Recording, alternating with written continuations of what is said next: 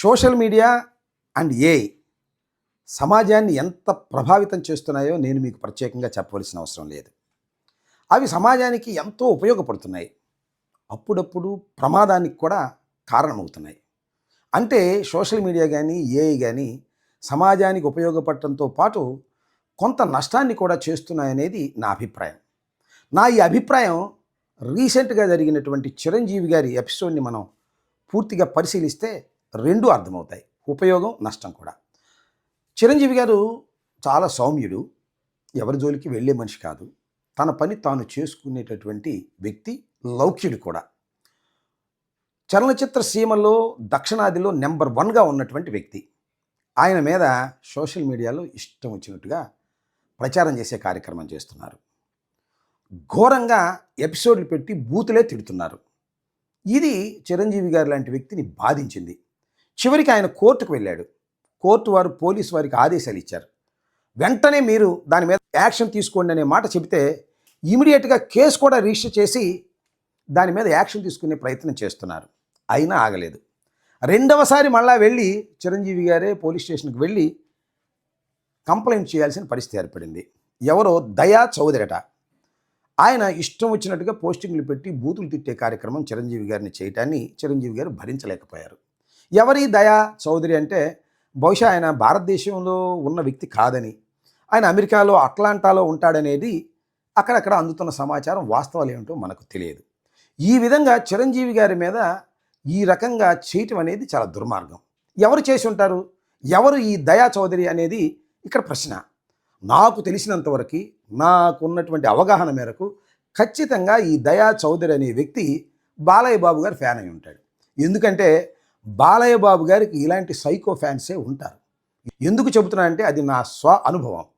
ఒకసారి బాలకృష్ణ గారు నేను శాసనసభలో ఏదో అంటే ఖమ్మం వెళ్ళాను నేను ఒక పెళ్లికి. అక్కడ నా మీద దాడి చేయడానికి సైకోలాగా ప్రవర్తించారు బాలయ్య బాబు గారి అభిమానులు. విధంగా బాలయ్య బాబు గారికి ఇలాంటి సైకో అభిమానులే ఉంటారని, ఈ దయా చౌదరి కూడా బాలయ్య గారి అభిమానినని నేను అభిప్రాయపడుతున్నా. ఎంతవరకు కరెక్టో కాలం నిర్ణయిస్తుంది.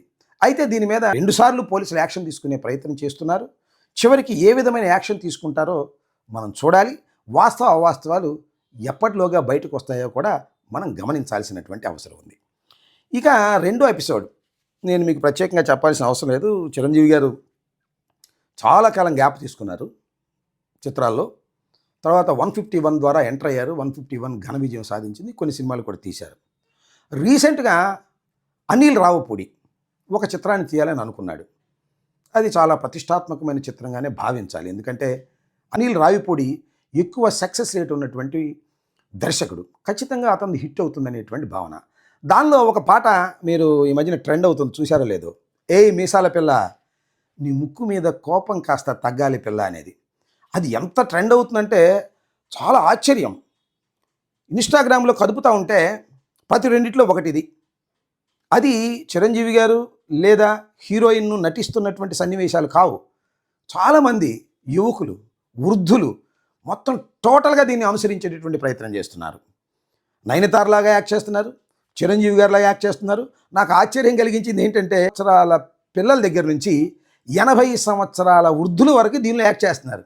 అది చాలా చిత్రమైంది. మొన్న ఈ మధ్యన చూశాను, ఒక మహిళ పొళ్ళన్నీ ఊడిపోయి ఉన్నాయి, చాలా 80 సంవత్సరాలు ఉంటాయి.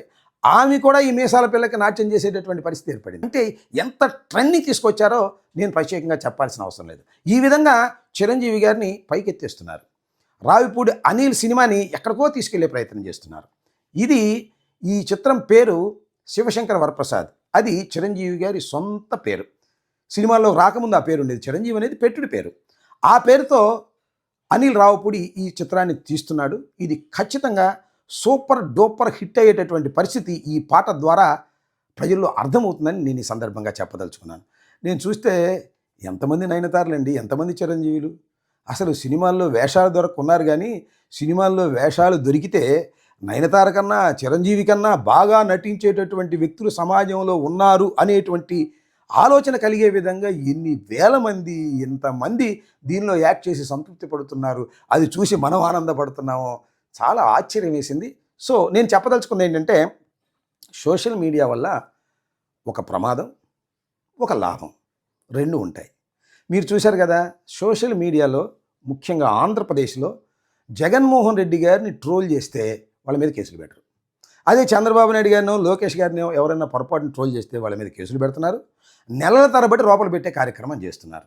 అంటే నేను చెప్పదలుచుకున్నది ఏమిటంటే ప్రభుత్వం కానీ పోలీసులు కానీ ఈ సోషల్ మీడియా పట్ల, ఈ ఏఐ పట్ల, ఆర్టిఫిషియల్ ఇంటెలిజెన్స్ పట్ల నిష్పక్షపాతంగా వ్యవహరించినప్పుడు మాత్రమే దీనిలో మంచి ఫలితాలు సాధించగలుగుతాం. నిష్పక్షపాతంగా కాకుండా పక్షపాత ధోరణితో వెళితే మాత్రం ఖచ్చితంగా దుష్పరిణామాలు వస్తాయనేది ఈ సందర్భంగా నేను గుర్తు చేయదలుచుకున్నాను.